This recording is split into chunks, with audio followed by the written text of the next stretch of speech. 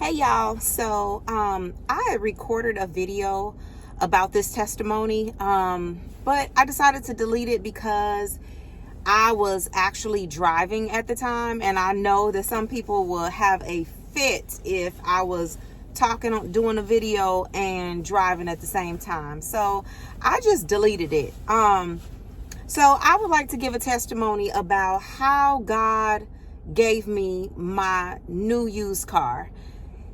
Y'all, I had a Honda, a wonderful Honda for 10 years, and I loved that car. I mean, it got me through my baby stages, with my little kids, and it was a mommy car. So, mind you, it was like junk and stuff in the back seat, but we had like a little TV thing that folded down so that my boys could watch DVDs and all that stuff. If you know what I'm saying, you get it. It wasn't a minivan, but close enough. So that took me and my babies back and forth to work, to daycare. And then when they got out of daycare, like, it just took us all everywhere. Your typical life things. And I kept that car for 10 years. And then it never gave me any problems. Let me just say that. I never had any transmission problems, engine problems, nothing that was a major cost. All I had to do was keep my oil change, do your brake pads, and I think I had to change out the battery once in 10 years. And so, I'm all about, hey, if I don't need a car, if I don't have to get another car note, I don't want it. I don't just upgrade just to upgrade. I just want something that's reliable. I'm very practical, and if it's doing the job and it suits our lifestyle, then that's what we're gonna keep. So I had to take the emissions test. Here in Illinois, we sometimes I don't know if it's every other year or whatever, every 3 years, I'm not sure. But you have to take an emissions test to make sure that your vehicle is not emitting some type of toxic vapors in the air. And so I took my emissions test and I failed. And I was like, oh Lord, okay, well, we just gonna get this fixed because how expensive could it be? We just gonna get this fixed. Took it to my reliable mechanic, and he was so honest with me. He was like, listen, it's gonna be at least a couple of thousand to get this to work out the right way so that you can pass your emissions test. Your car is old. Mind you, I was working on it every single week. I would, since I have an engineering background and grew up doing things with my daddy, that was no problem for me. I didn't mind. I had to put oil in my car like every other week, but I had to check it often. And, no big deal. I'm used to doing that because my engine was burning through oil. This was towards the end of the 10 years that I had this car. No, a little bit over the 10 years. Mind you, it was 190,000 miles on this car. And I don't know if I just expected it to last a lifetime or what, but I was going to keep putting oil in my car every other week. I bought a big gallon, checking the oil often, and if it was taking me to work, then it was just fine. But when the mechanic told me, listen, I know you've been changing out your oil, you've been doing a great job, but in order for you to pass this emissions test, it's going to cost you about a couple of $1,000s because of whatever they needed to do. And basically he looked at me and was like, you might as well just put that down as a down payment towards another car. And as much as I didn't want to admit it, he was right. So I started looking, and I knew, like, for the future what I wanted to have like a white SUV. I had like maybe 3 criteria. I wanted a used car, and I wanted it to be a white SUV, and I wanted it to be an all-wheel drive with low mileage. And so that is what I did. I searched online and I started putting in those filter criterias. And the first car that popped up, y'all, was a Jaguar F-pace. Now, mind you, I had seen this car on the road like maybe 2 or 3 years ago. And I was like, this is the first time I've ever been like neck break when I see a car. I was like, that is nice. And I was like, oh Lord, one day, I would like to have that car. That will be a nice next car. Like whenever you take me up in my salary, and whenever, we get the kids out of school, out of college, and all this stuff, I was like, that will be a nice next car. I like that. And then I saw another one pass. So I saw that first one and I was like, that's nice. And then like 30 seconds later, another one passed me in a different color. And I was like, wow, I said, it's nice in every color. And so, but still, I had in my mind, that's not for me at this time. That's not for me. That's for me when I get to be older and, we're more established and the kids are out of school and I don't have, all these responsibilities. Because like I said, I don't mind being practical. I don't mind, living beneath my means. I don't mind it because I know that my children are most important. Saving at this time is the most important. Things like that. Just being a good steward to me is the most important thing. So I just completely dismissed it out of my mind as being able to afford that. So let's jump back to the story. I'm sorry I'm all over the place, but when I put in the filter criteria, this Jaguar F-pace 2020 was the first one that popped up. Y'all, guess what? It was 11,000 miles, all-wheel drive. And what I didn't mention was that I had in the back of my mind that it would be nice if I had a sports SUV, like a sports car, and it would be nice if I had colored seats. And what else did I say? Oh, and I was like, and it would be nice if the rims were, looking nice. I said, but that's just an extra cherry on top. I'm not looking for that. I'm not going to filter my criteria for that. But this car had all of those things. So here's me just saying, okay, well, just go and test drive it. Like, just go and test drive it because let's just see what it feels like. When you go there, you're definitely probably not going to get it, but you can look at other cars there. So I went and I drove it and I fell in love. I was like, this is me. This is me. This is nice. So as I was test driving it, we were at a light and the sales guy was sitting next to me. And I could tell that he really didn't either think I was qualified for this car or just didn't want to sell it to me. Maybe it was because he wanted to try to push the other cars on the lot, but he had me to try out this other car that was like significantly, to me, like a car that you would have in college or just maybe right out of college when you're starting your career. It had no amenities. It may as well have had like the roll down windows. And he was like, yeah, you should get this and get that. But I was like, okay. I mean, I really didn't say anything, but in my mind, I'm like, I don't want that. That's not what I want. I like this car that we just test drove.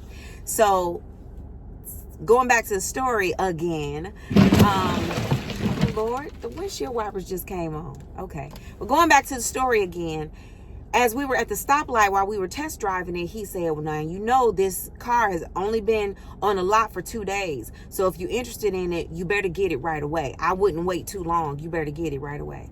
Well, I looked at him and I said, I don't make rush decisions and I need to pray about this first. I sure did. And he looked at me like, I guess most people don't tell them that they need to pray about a car decision first. I don't know, but he looked at me like, oh, okay, and I'm looking at him like, I said what I said. I need to pray about it first. So I purposely left it there on the lot and I prayed about it, y'all. And this is where the testimony comes in. I fasted and prayed about God giving me a decision, like the decision, yes or no, to pursue this car. I really wanted to be in his will. I didn't want it to be out of my flesh. I didn't want it to be where, yes, it has all the amenities, but then later on, I'm suffering for it. Can't hardly buy groceries, or if my kids need extra shoes or clothes or whatever we need, I can't afford it. I just didn't want to be that person. So, I prayed about it. I seriously prayed about it for days, and I fasted for days. And I told the Lord, I said, look, if this car is for me, let it be there by the time. I said, I'm going to wait for your answer, your clear answer, yes or no. But if it's for me, let it still be there when I go back to the dealership. Y'all, I waited a whole month. I went on vacation. I fasted and prayed some more. I was waiting for this answer to just come out the sky, this voice in my ear to say, get the car. Y'all, that voice never came. However, I do feel like he confirmed that I should get this car in other ways. He kind of impressed on my spirit through a lot of other means that, that car belongs to me. Like, there's nothing that's on this earth that doesn't belong to me. I made the materials that car is made of. I made the seats. I made the color, the dye, the everything about that car is mine. Y'all know the scripture, the earth is the Lord's and the fullness thereof. Everything that's in the earth, basically us, we belong to the Lord, and everything therein belongs to God. So I was, just kept getting that impression of so are you saying that I can't sustain you? Are you saying that I can't allow you to have something nice? And mind you, this car was at a great price, way, way under the market value.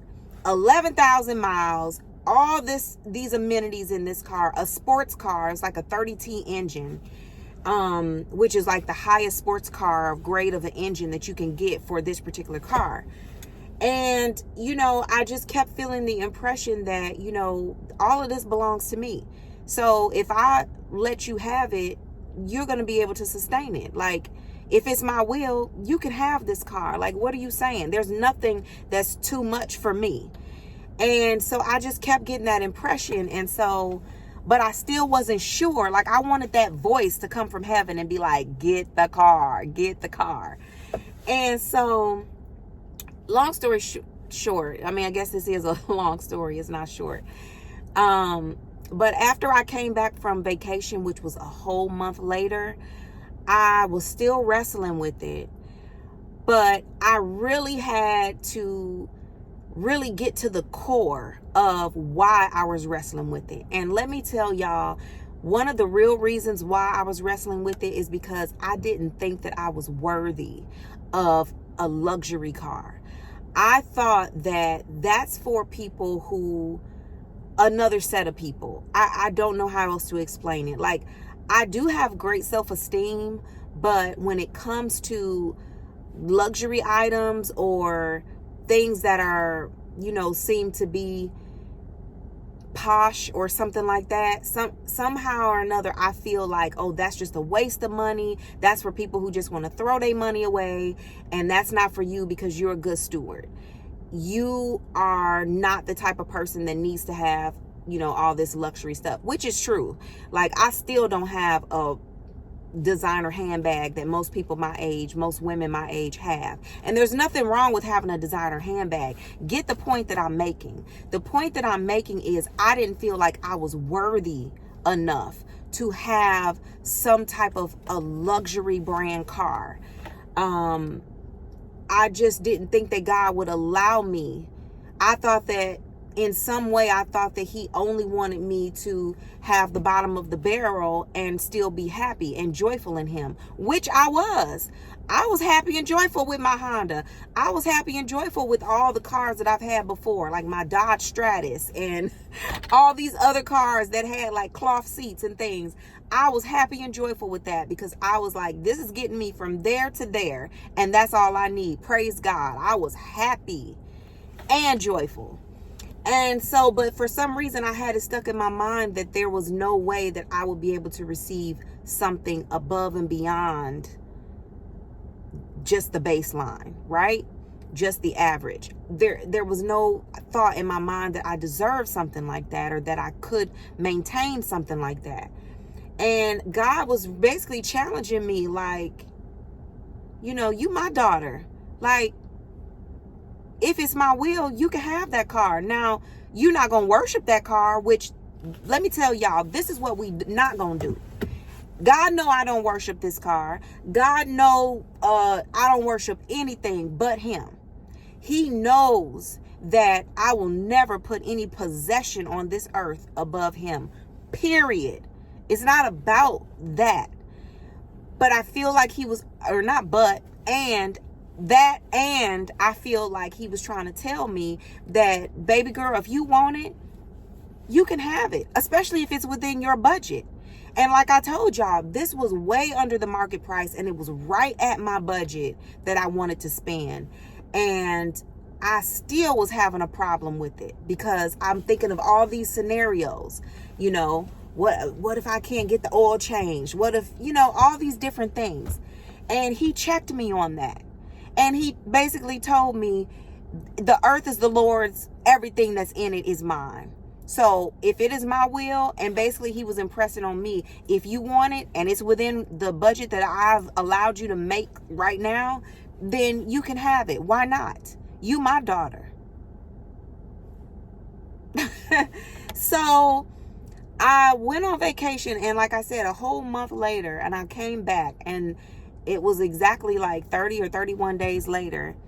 Maybe even more than that, 32 or something like that. I'm very technical, so I want to get the right. It's like 32 or 33 days later. I came back and I called the dealership, and I was like, sir, do you have a Jaguar F-pace on your lot? Blah, blah, blah. And I don't know if he remembered me at that time, but he was like, oh yeah, we do. And it's for this price.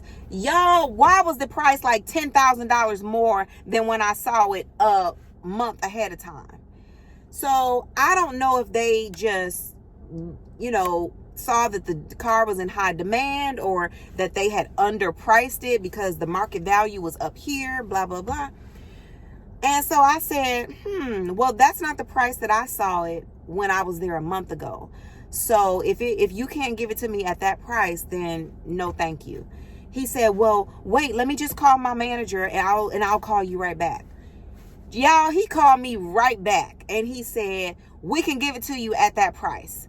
When can you be here? I said, I can be there tomorrow. Y'all, when I tell you what God has for you is for you, he kept that car on that lot specifically for me. And I asked him for that type of confirmation, because this was a hot car, a hot item. And I'm quite sure that it would have been sold within a week or so. But God kept this car for me at that lot for over 30 days. And that was my confirmation, another confirmation that this was for me. So I just want to tell y'all, just have faith. Have faith, trust in God when you can't hear him clearly, like I wanted that audible voice, or that dream or vision or whatever I wanted. Fast and pray. Believe and trust in him. And he's going to give you his answer.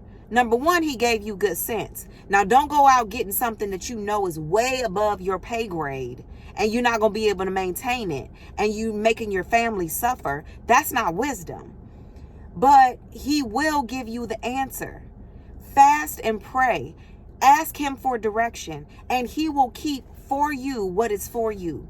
So don't give up. If you need, I hope this is encouragement for somebody, because if you need a car, if yours is breaking down, the Lord knows you got to get back and forth to work or take your kids here and there. The Lord knows we need transportation in this world. And I just praise God that not only did he provide for me transportation, but he gave me what I actually wanted. Something that was nice. Something that was nice. And it was in my budget. So that's just like him. That's just like him. So I'm just encouraging y'all. Keep trusting in God. Stay prayerful. Believe and trust that he is going to work things out for you. And like I said, and I'll say it again, what's for you is for you. And that's all I have to say. All right, y'all. Stay blessed and keep trusting in God. All right. Bye-bye.